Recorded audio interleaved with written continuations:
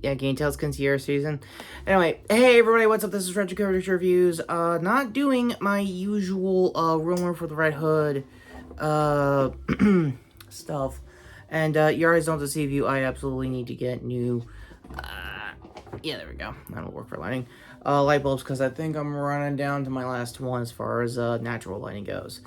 So, with my baggier than eyes approach for this, let's just keep it down to one. And less shadowy. Let's try... Yeah, that ain't happening. So, let's get this over with. My overall Batman Day haul was at my local comic shop here in Royal, in Queens, which was awesome.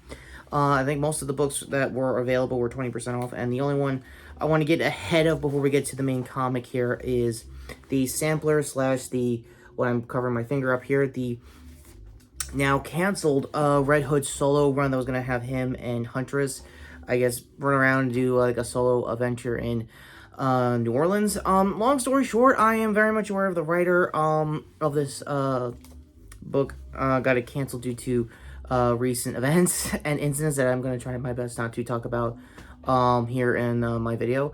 If you know, you know. Links down below if I can, if anything else. So, what I do remember for that, number one, what I read in the preview for this is that it was actually okay start of, like I said, Jason having a solo adventure in New Orleans. The only thing outside of that comment was that, mainly, I think readers of this was like, okay, either this writer is not getting Jason, or we're back to the company not getting Jason, or editorial not getting Jason again. So, pretty much the two problems with Jason is like usual. So, with the shadows out of the way of that book, and if it ever gets re-picked up again, or if this team does something new with him, I'll say this: Jason does deserve a new solo adventure. He does deserve to have new costume to resemble more of the Arkham Knight helmet of it all, which is what everyone's more famously knowing Jason of since the games and whatever. You've been knowing him as character-wise, and he does need more consequences for most of his anti-hero shenanigans if he goes back into Gotham. Him going outside of the state does, kayfabe and storytelling-wise, does make it less of a problem for Bruce later down the road. But again, this is me generalizing what could have been this run, so I won't get too into it. Honorable mention here that I'm not going to talk about is Immortal Batman, number one. I got this also on that 20% off at my local comic shop, for it being Batman Day as of this recording. And, what there hasn't been said about this hasn't already been said. This is, Kyle Higgins' Tokusatsu Elseworlds approach to Batman. Sentence I never thought I would say for a bad title, but for what I remember, the highlights of this was actually really cool. I'm gonna do a full read and probably recommendation, probably in the shorts, if anything.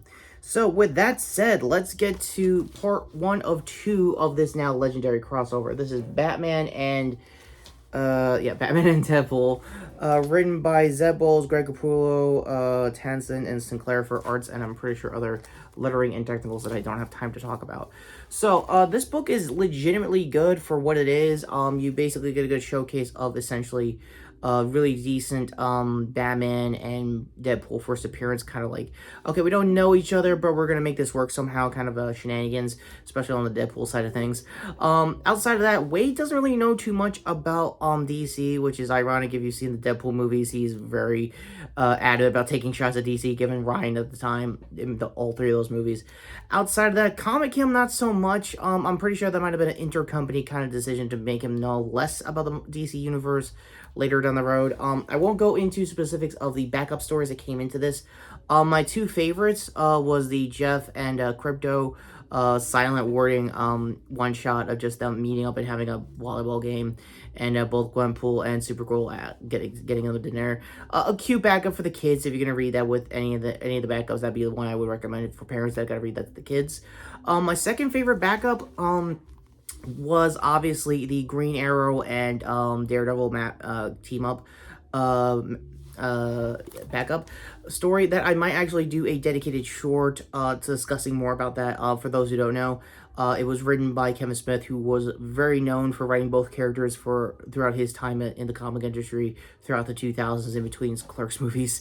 So no, it was a really fun read. It stuck to mostly action, very hand-oriented stuff, the ninja organization hand on Daredevil side of things, and just Ollie being out of his element in Hell's Kitchen in general. So again, I'll talk more about that in the short. As for the overall thoughts of the team up itself with Batman and Deadpool, like I said, Deadpool earlier in the story was very unfamiliar of how everything is. Again, I won't go highlight to highlight. I highly recommend Comic Pop's usual episode by episode basis with books like this. Him and his wife and everybody in the team is probably going to be doing a better job than me, lighting and all, by the way. But for Bruce, this is a good preview to what I will be probably seeing in the Chip Zdarsky, Matt Fraction, my apologies, Matt Fraction colors for the new suit. I think this is going to be company-wide, that the blue and gray is here to stay for a while, because that might be the same case. If not, it's a good generalized version of what a blue and gray suit, detective-oriented Bruce is in this point in the book, so that's really cool. It wasn't Alfred-oriented. His death is still canon, for those who remember City of Bane, post Rebirth. That was a very pivotal story in Damian's side of things. I mentioned that a lot when I was doing the characters for the Real Nerf DC verse, long story short there. So, my overall thoughts and conclusions to this book, final ratings basically. Yeah, it's a hard 9 out of 10. The only thing it's missing is the one backup story I didn't really talk too much about, is the Captain America and Wonder Woman team up. I don't know if they got any flack online, but it's a backup story, and if it was like one out of the multiple backup stories that got a little flack online, that's good enough for me. Also, yeah, there was a mention and shout out to the Amalgamverse era of 90s Marvel and DC for a mashup of Logo and Wolverine, which I could have sworn they also did back in the day, but I guess not. Just literally called Logo, just a Canadian version of the big man, so not for nothing. Yeah, ultimately, if you have the means and that this is still available at your local comic shop, please go ahead and get this book, and especially get the second half of the DC side of this team up, when Grant Morrison's version of this story drops later in November. So with that all being said, and final shots to what is probably the best main cover in a while. Again, in case you saw my earlier retro news earlier this week, I tried my best to find the variant cover with Nightwing and X-23 or Kinney, her Wolverine. I feel like that would be a really cool backup story, and I hope that does happen in Grant Morrison's half of the story later in November. So speculations out of the way, go to the book here. Obviously, do sub to the channel, leave a notification bell down below.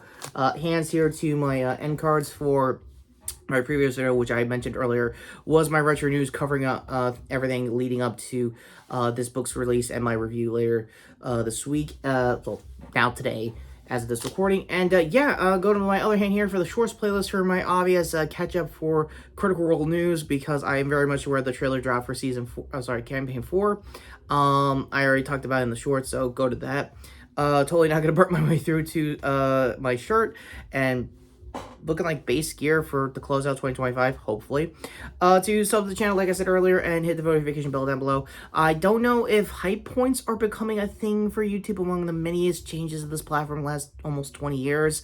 So I'll talk about that more when I get to it. So with that all being said, take care, subscribe, and hopefully there'll be a community note of probably future stuff I want to do. The goal for this second half of the book, for the Grant Morrison book that's going to come out for this team up in November, that will be a dedicated, hopefully, figurverse review with Real Nerf, Bat Family, and Deadpool and Marvel adjacent characters to talk about their half of the story. So we're not going to do a Things I Missed with those characters in the shorts. We're going to do that as a full traditional figurverse review, hopefully November. So until then, take care, subscribe, and yeah, without all that said, please go pick up this book. This is a great way to represent probably what is going to be a once-in-a-generation crossover that is probably not going to happen for another once-in-a-generation. So get it while you can, just saying.